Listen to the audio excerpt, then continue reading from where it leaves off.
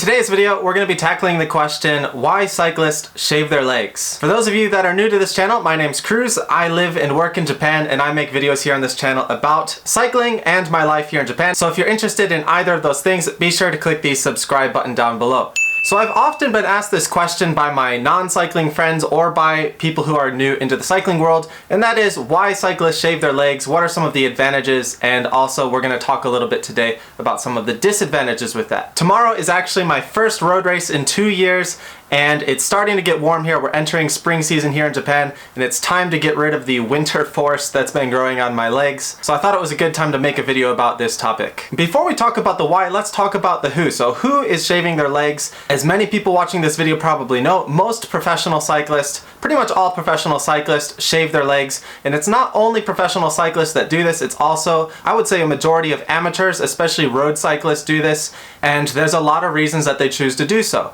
For me, I started cycling as a mountain biker, and shaving your legs in the mountain bike community is a little bit frowned upon, but even some cross-country mountain bike racers shave their legs, and a lot of the advantages we'll be going over today apply to both road and mountain. Anyway, let's go ahead and begin. I've got 5 main advantages about why cyclists shave their legs, in no particular order, but let's go ahead and start with number 1. It's more aerodynamic and you go faster. A lot of people speculated this for a long time. There weren't really any studies or research to support this, but recently I believe Specialized did a study about this topic and showed that over a 40-kilometer time trial you could save about 40 to 70 seconds, which is pretty huge for that amount of time. So there is an aerodynamic advantage to it. You do go faster, so if you're into racing, that's a big deal. But if you're not racing and you don't really care so much about speed, the aerodynamics might not be that important for you.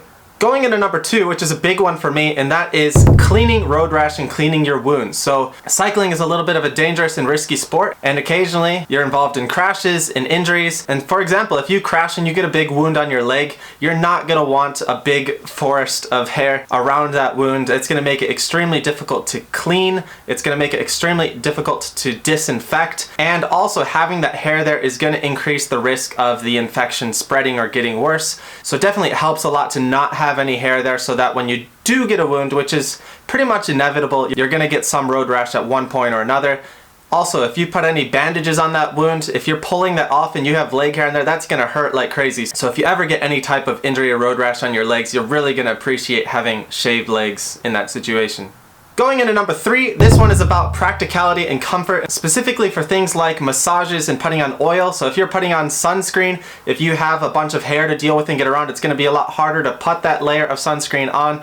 Also, if you're using any oils, massage oils, and even just doing regular massages, it's a lot more difficult when you have that hair kind of as a barrier in between. And if you have nice smooth legs, every time you put on any lotion or oil, it's going to go on a lot smoother, and it's just going to make your life a lot simpler. So as with any sport, massages, leg massages are a huge thing in cycling for recovery or possibly also dealing with injuries. And yeah, who doesn't love a good massage? So make sure to do yourself the favor and also do the favor to your masseuse and shave your legs before going in for a massage. Number 4, it's all about the look. So if you look at a picture side by side of a cyclist with hairy legs and a cyclist with shaved legs, it's gonna be night and day. And actually for me, when I first started, I mentioned I was a mountain biker, and I was this teenager kid and just kind of had the idea that guys have leg hair, and that's pretty normal. So to not have leg hair as a guy was kind of strange.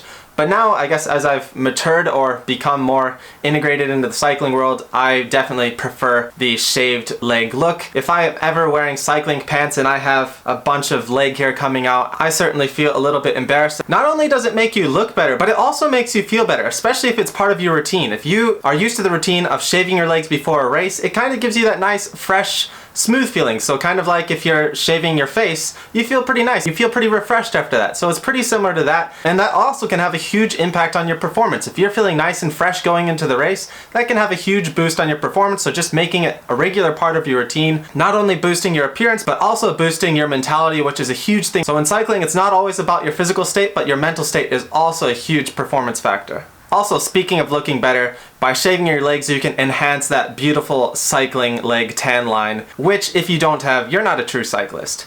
And that leads me to point number 5. This is part of cycling culture. Everyone does it, so you have to do it and follow along.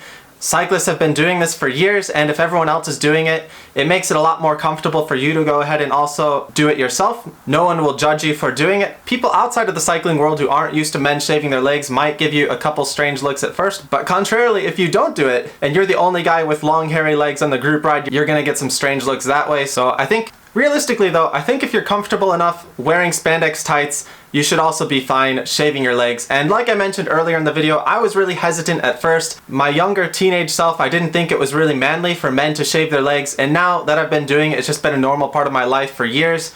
I can't really imagine myself going back, but that being said, in the winter, I don't really shave my legs. Many people, especially in colder climates, don't really shave their legs, and for me, my leg hair situation is getting pretty long, and we're gonna go ahead and get that taken care of. But yeah, for the last few months it's been really cold here in Japan and I haven't been shaving my legs, so my leg hair situation's been getting a little bit out of control. There are some disadvantages to shaving your leg hair as well that I wanted to mention in this video that maybe some other people have experienced. For example, it's really time consuming, especially if you have really thick hair that grows back really quickly. It takes a lot of time. The other really big thing is it can be really uncomfortable when that hair starts to grow back. So if you have less thick leg hair that doesn't grow back very quickly, this might not be a problem for you. For example, my wife, she doesn't have to shave her legs ever. So I guess that's one advantage that a lot of Asian people have, is they don't really have as thick of hair that grows back as quickly on the legs. But for me, if I shave my legs and it's nice and smooth the one day, the next day it's already starting to grow back, and that can be really uncomfortable for both me and for my wife. So that is one disadvantage to shaving your legs. One solution that I like to do though is just to trim your legs with the razors. Especially for people if it's your first time, trimming your legs with the electric razor can help to get the main bush out of the way before you use your main razor to get everything else out. And for me, I often just sort of stop there after I trim my legs, and that's good enough for me. It's good enough to get most of the advantages of the points I mentioned earlier in this video. Maybe it's not as aerodynamic, but for putting on oils, getting massages, and cleaning any wounds, the hair is short enough that there's not any problems.